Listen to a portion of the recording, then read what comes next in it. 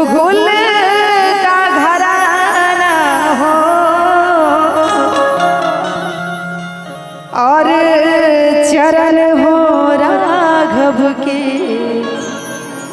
जहाँ मेरा ठिकाना हो।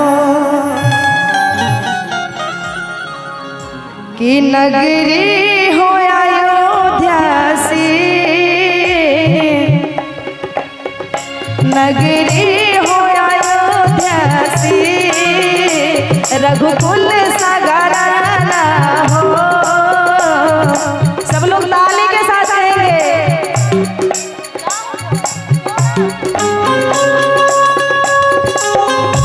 क्या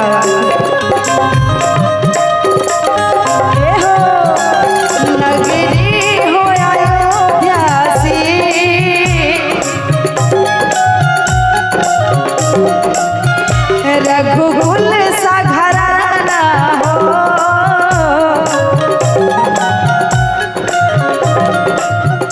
नगरी हो अयोध्या सी, रघुकुल सा घराना हो और चरण हो राघव की जहाँ मेरा ठिकाना हो।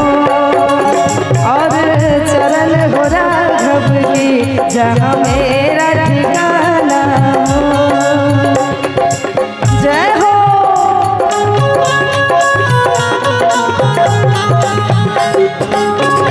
जी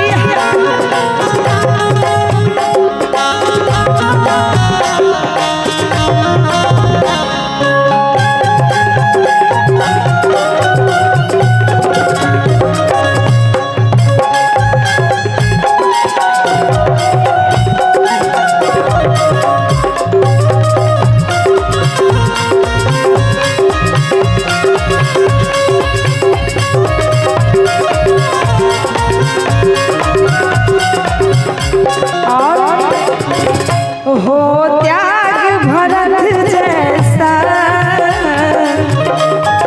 जोरदार ताली बजनी चाहिए सब लोग।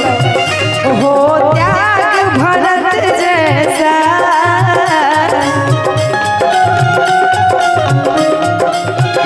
सीता सी नारी हो।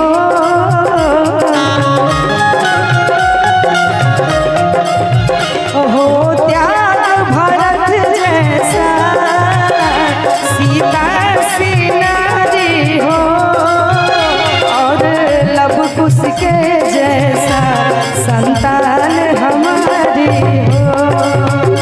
और लव कुश के जैसा संतान हमारी हो।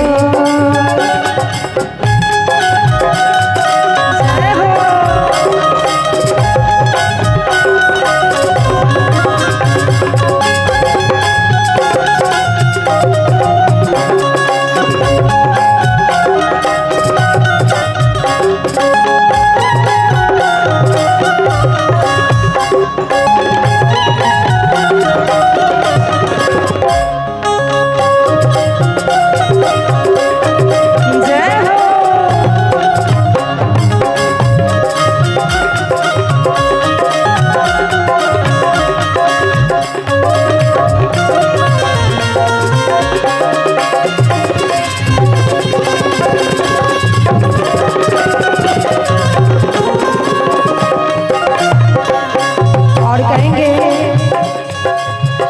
मेरी जीवन नैया हो,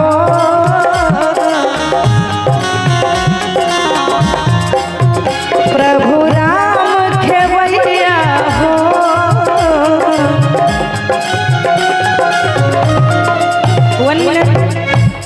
अच्छा, इसमें राम भगवान के कितने लोग भक्त हैं? सब लोग हाथों को ऊपर करेंगे, सब लोग। और आप लोग आइएगा, मैं एक लाइन कहूंगी और एक लाइन आप लोग कहिएगा। मेरी जीवन नैया हो,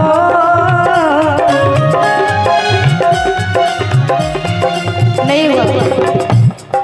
जो मैं कह रही हूँ वही शब्द आप लोगों को बोलना है। सब लोग हाथों को ऊपर कीजिए और कहेंगे कि मेरी जीवन नैया हो।